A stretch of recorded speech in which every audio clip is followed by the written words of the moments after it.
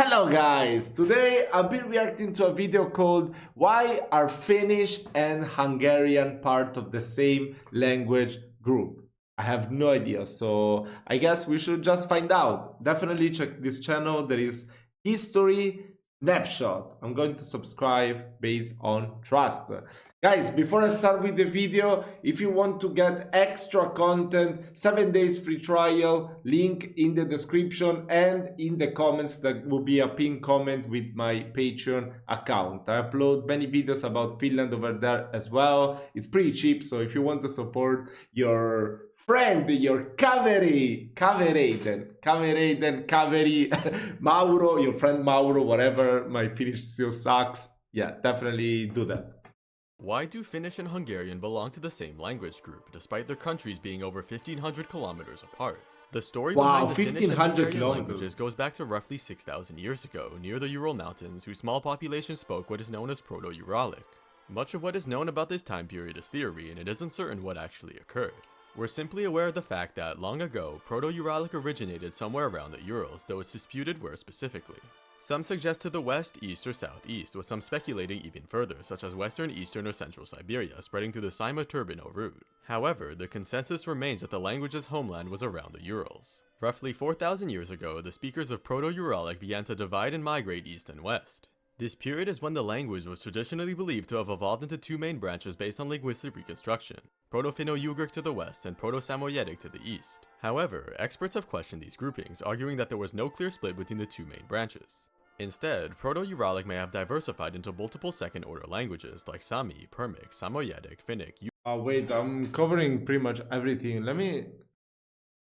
Yeah, maybe it's better this way, right? Okay. Ugric, including Hungarian and others. Regardless, 3,000 years ago, either Proto-Uralic or Proto-Finno-Ugric speakers moved northwest and arrived in modern Finland, developing Proto-Finnic dialects. These dialects saw notable differences with their counterparts in neighboring areas, explaining the modern discrepancies between Finnish and Estonian. Proto-Finnic continued to develop and became more prominent due to geographic isolation over the course of several centuries, all while tribes grew larger and Christianity was introduced in the region. By the 13th century, early Finnish was widely spoken by the local population, even after the Swedish conquest. Although Swedish, German, and Latin were spoken by the administration, merchants, and churches, Finnish remained in common language. Finnish was eventually standardized in the 16th century by Bishop Mikael Aikkila based on its Uralic core alongside Swedish, German, and Latin elements, which was held by Elias Lönnrot. The modern version of Finnish was solidified during the 19th century. But what about Hungarian? How did a language in the same family end up so far away? During the same migration of Proto-Uralic speakers to the west, Proto-Hungarian split from its closest relatives in the Urals, another proposed branch of Uralic languages known as Ob-Ugric. It adopted features such as certain vocabulary and sounds with other Uralic languages that move west, notably the Permics found in modern Russia, with no other Uralic languages sharing such aspects. For centuries afterwards, Proto-Hungarian speakers traveled through Eastern Europe, changing lifestyles from hunter-gatherers to nomadic cattle farmers before moving south near the Black Sea, ruled by the Hunnic tribe after the fall of Attila's empire. However, the connection between the Proto-Hungarians and Huns is debated, and it's unclear to what extent the two groups interacted, or if they even did at all. Supposedly, by the 6th century the Huns had fallen, and the Proto-Hungarians were under the rule of the Go-Turks of the First Turkic Empire. For 2 centuries, Proto-Hungarian speakers, who began to call themselves Magyars, slowly moved west through the modern northern Caucasus in Ukraine, before crossing the Carpathian Mountains in 895 into the Carpathian Basin, the area of modern Hungary. Old Hungarian spread among the Magyar population for centuries as the Kingdom of Hungary grew, though this was slowed down by If I'm not mistaken, Magyar is also the name of the Hungarian language in Hungarian, no? the Ottoman annexations and the making of Latin as the official state language by King Saint Stephen I after the country became Christian. During this time, what would become Hungarian developed many new words, Oh, they have also some influence from Slavic languages, German, Latin, and Turkish.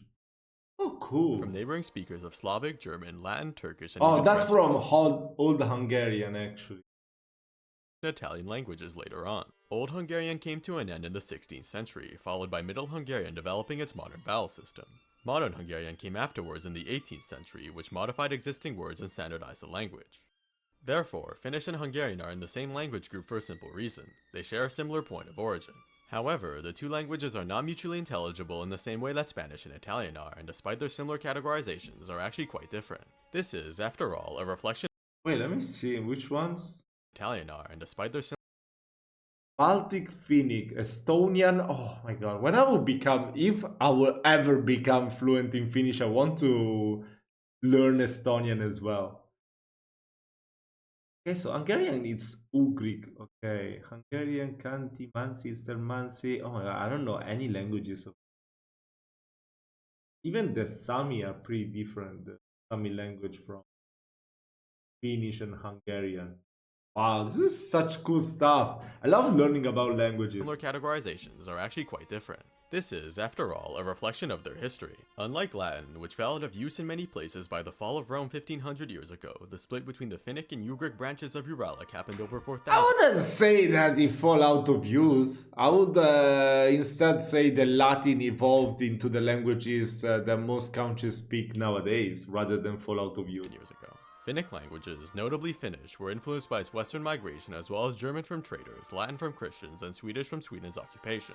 On the other hand, Ugric languages, notably Hungarian, was influenced by Permic peoples, followed by a journey southwest which gave it Turkish, Slavic, German, and Latin aspects. The languages simply share many features, such as both lacking grammatical genders, having a high amount of grammatical cases, distinguishing vowels, a small number. Wait, what?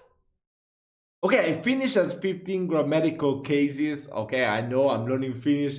But what the fuck? Bro, are you kidding me?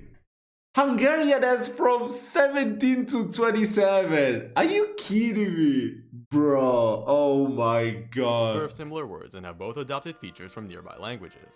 Hungarian has roughly 20 to 55% of its words of Uralic origin, while Finnish, having traveled less and resisted outside pressures, has kept more of its Uralic roots, with about half of its words not borrowed from any other language group. Despite their vast distance and very different journeys, Finnish and Hungarian represent two of the major languages of the Uralic family with an ancient connection, even if we do not fully understand it. That's so cool though. We need to check out more videos concerning the Finnish language and other closely related languages. I mean, I've reacted before to some videos, of course, by the channel of Word Friends that did the thing. Can you understand Finnish? How does Finnish sound to non-speakers? The differences between Finnish and Estonian. That was very cool as well. I got some of the words when they were doing that game and it was pretty fun. We should check out other ones like Livonian, like the Sami language, because I don't know anything about the Sami language. Karelian, of course, but Karelian is more like a dialect of the Finnish language, if I'm not mistaken, right? No. I need to learn more about it. Come on. I feel like this really helps me keep motivated in my journey to try and learn this beautiful language that is Finnish. Okay, go and check out the channel History Snapshot. I mean, I love all the channels that will show us this type of stuff that is not really well known throughout the whole world. And yeah, I really hope you enjoyed this reaction video. Make sure to check out also my Patreon account. There's a 7 days free trial, and you can support me so I can keep on bringing you videos daily. Thank you so much. See you soon.